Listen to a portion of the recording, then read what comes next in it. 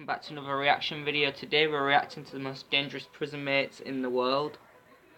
Yeah, so let's get started with the video.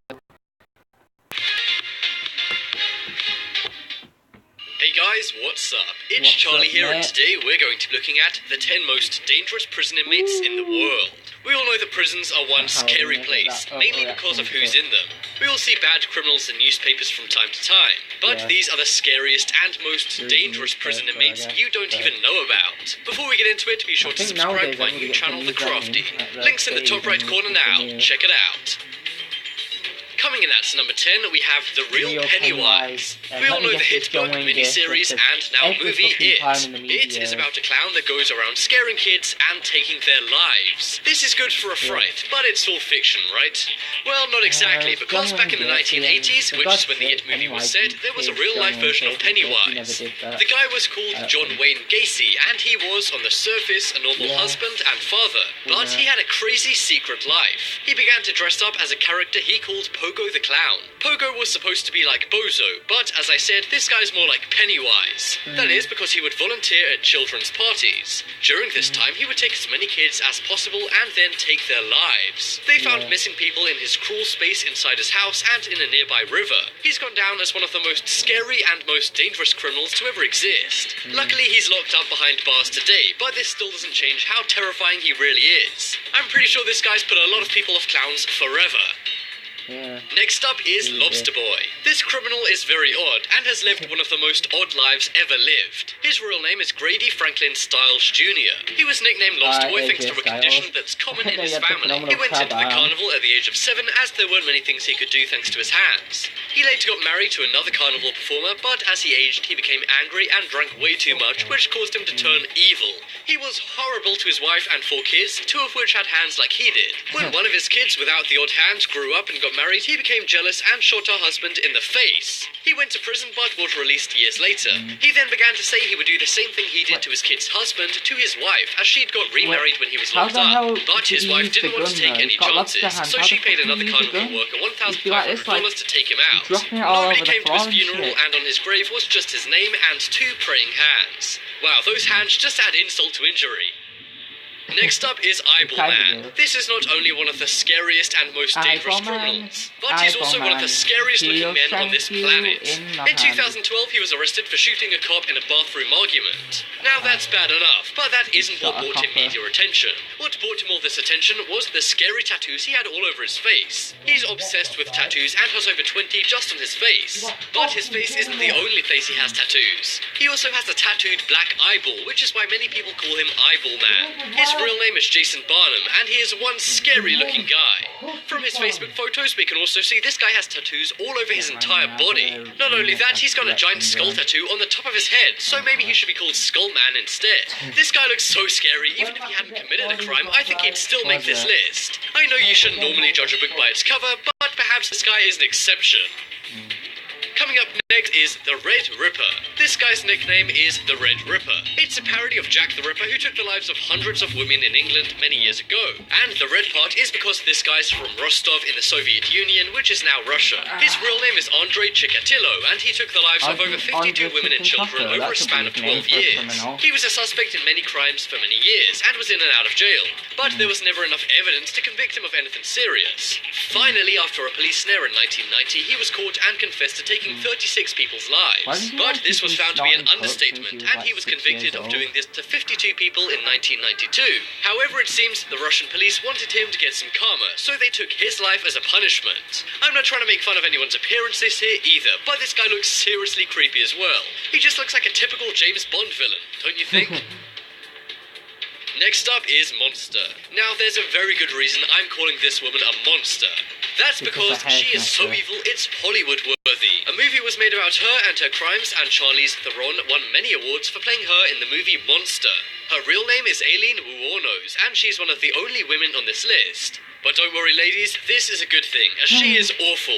She took the lives of 7 men between the years 1989 and 1990. She unfortunately did have a pretty rough childhood, but that still didn't stop people from being seriously angry when her crimes came to light in 1991. She was arrested and confessed to everything 4 days later. She remained in jail for about 11 more years until she passed away herself thanks to the jury vote. In court, she was acting crazy and freaked out all the jurors and even the judge. The reason she got such a harsh sentence is because she showed absolutely no remorse and said she would happily do it all again. Next up is game show contestant. This is not only one of the most scary and dangerous men ever, but one of the creepiest. His name is Rodney Alcala, and he took the lives of 5 women in the 1970s. But he subsequently admitted to doing this 34 more times. And now cops believe he's done this more than 140 times across the USA after more investigations. But the creepy thing about this guy that he will always be remembered for is appearing on a game show called The Dating Game. And believe it or not, he actually won.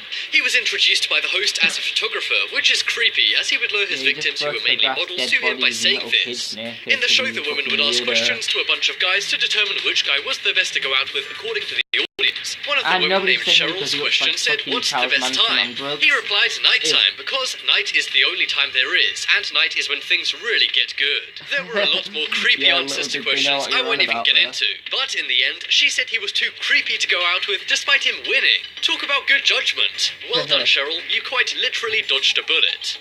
Next up is Underwear Strangler. Yeah, as you can tell by this guy's name, he is seriously strange. This guy's real name is Johann Unkundwagen, but he went as Jack.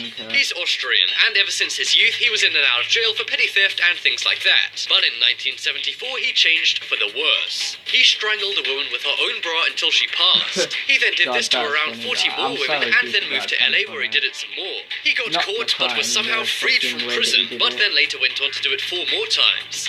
Finally, the LAPD stopped him and he was given a life sentence. But the creepy thing about this guy is he was writing for magazines during all this, and people didn't even know it was him writing. Imagine your favorite columnist doing something like this. I don't know about you, but that would really freak me out.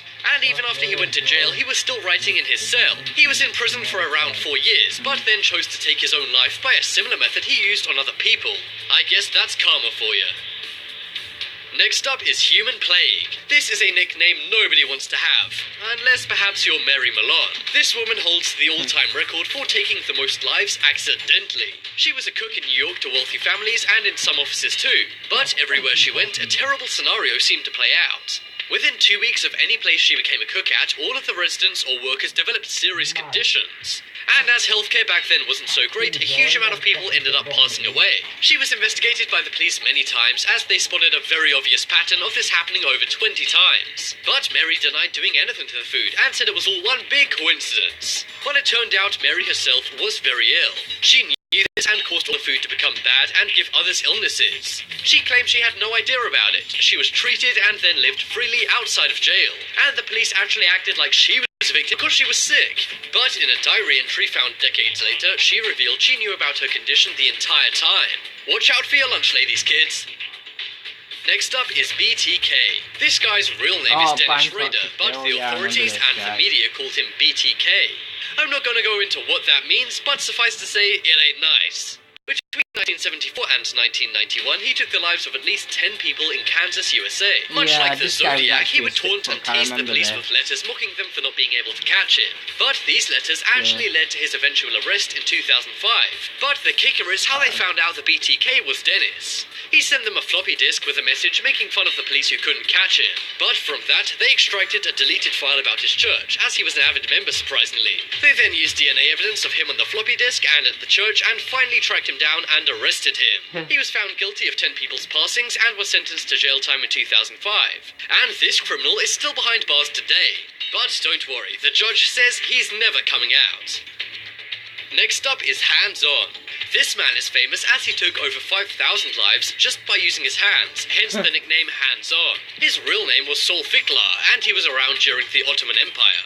He took an average of 4 lives per day for 5 years. But how did he do it with his bare hands? Well, it was all by strangling. Believe it or not, he did this to every person, and it worked every time. He was either very strong or very skilled, but he's definitely a madman. This one is pretty historic, going all the way back to the Ottoman Empire, but there were terrible people back then too, I guess. He had no motive, or at least no known motive, and historians say he would make an amazing athlete today. But to top it all off, he actually worked for the ruler of the Ottoman Empire at the time and was their royal gardener. But he never went after the ruler or anyone of much importance. Maybe that's one tangle he knew he wouldn't have won.